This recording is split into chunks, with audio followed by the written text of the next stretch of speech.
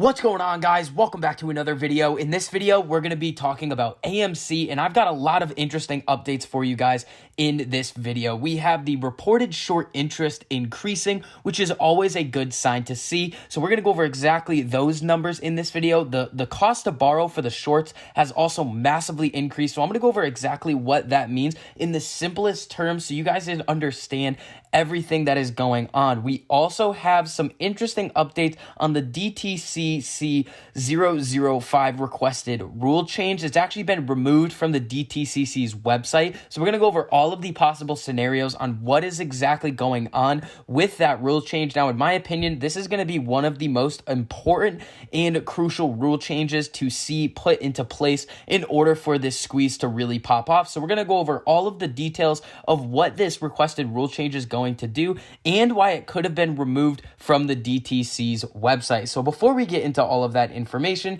if you guys would like to earn 2 free stocks with Webull and help out and support the channel, make sure you check out that link down below in my description. All you have to do is sign up for an account, deposit over $100, and you get your 2 free stocks. Now, if you also enjoy the information and analysis that I provide for you in these videos, make sure you go down and hit that like button. It costs you nothing to do it, but it really helps me out a whole lot in getting this information out to as many people as possible. And if you want to see more videos like this, make sure you hit that subscribe button and turn on that notification bell so you're notified every time I post a new video, so you get to stay up to date on all of your favorite stocks, learn about a couple of new ones, and see exactly which options I am trading and which strategies I am using to trade them. And speaking of options, coming up this Friday is going to be the monthly expiration date for April. So we are going to see a lot of contracts expire. So Friday could be a very volatile day for AMC, and we could see another price battle at a very pivotal range. But we are going to have to wait and see where AMC is going to be on that day to see if the bulls or the shorts are going to win.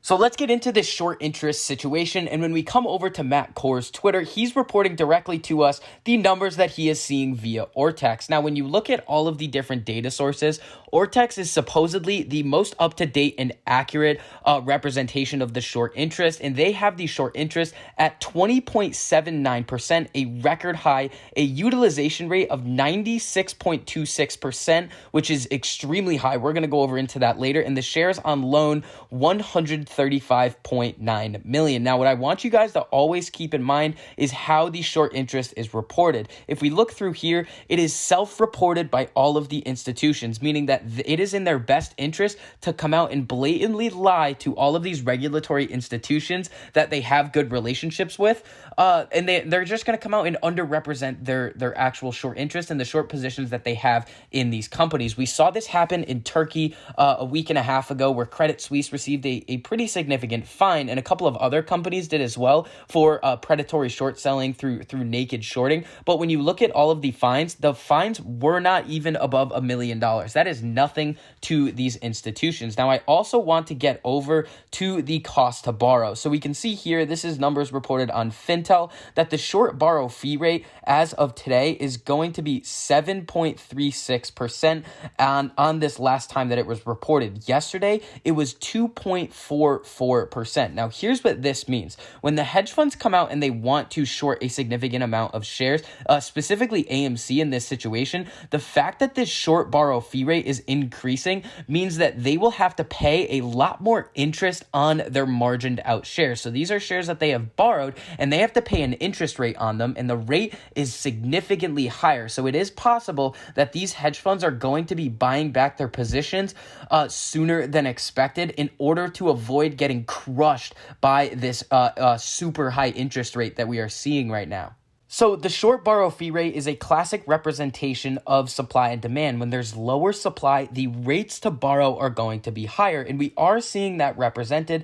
And when we come over to the definition of how a stock loan fee works, the stock loan fee depends on the difficulty of borrowing a stock. The more difficult it is to borrow, the higher the fee. Now, when we come over to this screenshot that I have from Ortex, we can see that the utilization rate is 96.3%. So what exactly does that mean? When we come over here, we can see that the utilization rate is the number of shares borrowed divided by the number of shares that institutional investors are willing to lend. A higher rate indicates that more of the supply of shares in the securities lending market is being borrowed. So we are seeing that right now. Since the utilization rate is massively increasing, we are seeing the cost to borrow significantly increase as well. Now, this puts the hedge funds in a very interesting position because they need the stock to go down a significant percent in order for them to continue maintaining their margin on their significant short positions.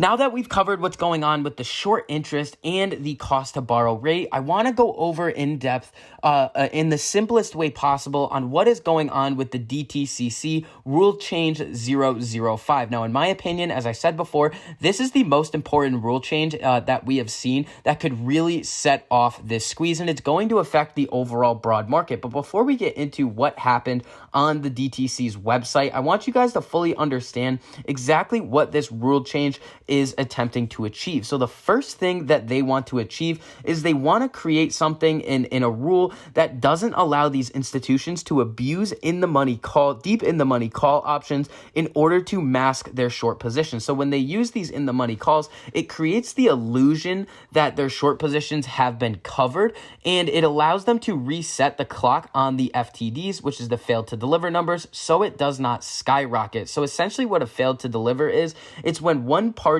of a contract does not meet their obligations. So either they cannot meet their obligations, like they can't deliver shares because they were not real in the first place, they never existed, or they are unwilling because they don't have the capital or the actual financing in order to complete this. So this rule change would make that obsolete, and they would no longer be able to do that. The second thing that they want to accomplish is that they don't want the same 100 share block of shares to be able to be shorted twice or multiple times. It technically could be shorted infinitely. So think about this. So when an institution lends out shares to person A then goes and sells those shares on the open market, creating a short position for person A. But the shares that they sold out on the open market have to be bought by somebody. It could be an institution, an entity, or another person. But that person can then have those shares lent out again through their broker, and then another person can then go create a short position with the same 100 share block. This is why we can see over 100% of a company's float shorted, because all of those short numbers are still getting added up when the institutions are self-reporting. So that would make this obsolete again, and we would no longer be able to see this predatory short methods. Now, when we come over to the DTC's website, we can see here that there's a lot of regulatory rule filings, and previously Rule 005 was listed at the top here, but now it is gone. A lot of people are speculating about this. And a lot of what I'm going to say next is also speculation. We really do not know what is going on with this right now. Did they revoke it? I really don't think that's the case. But when we come over to this Reddit post, this individual does have some insight into this. So this individual reached out to John Petrovsky, Director and Assistant General Counsel at the DTCC, and he sent me this message. Thank you for your inquiry. There was a technical formatting issue with the filing. It will be refiled shortly and reposted.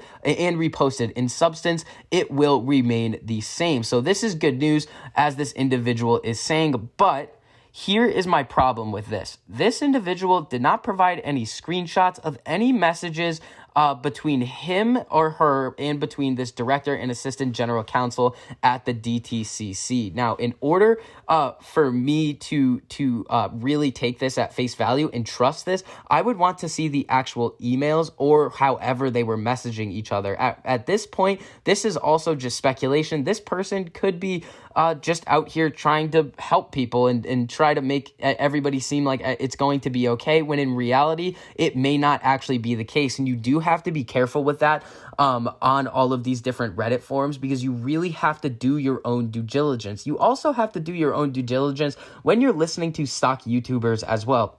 You should always not take information at face value and use their research to springboard it into your own opinions and figure out what you would like to do with your position. So moving on from that rant, AMC is trading at about 2.15% in the green today. I do think that coming towards into Friday, we are going to see a lot of volatility in the share price because the monthly April expiration date is happening on Friday. But I still do think that a squeeze is still on over over the next couple of months. I still don't think that the short interest numbers that we are seeing reflected on Ortex, MarketBeat, Fintel, or on any of these other data sources are correct due to the overwhelming amount of shares traded on the over-the-counter market. So that is going to conclude this update for AMC. If you guys enjoyed the information and analysis that I provided for you in this video, make sure you go down and hit that like button. And if you want to see more videos like this, make sure you hit that subscribe button and turn on that notification bell so you're notified every time I post a new video, so you get to stay up to date on all of your favorite stocks, learn about a couple of new ones, and see exactly which options I am trading and which strategies I am using to trade them. So I hope you guys are having a really profitable day, and I'll see you guys in the next video.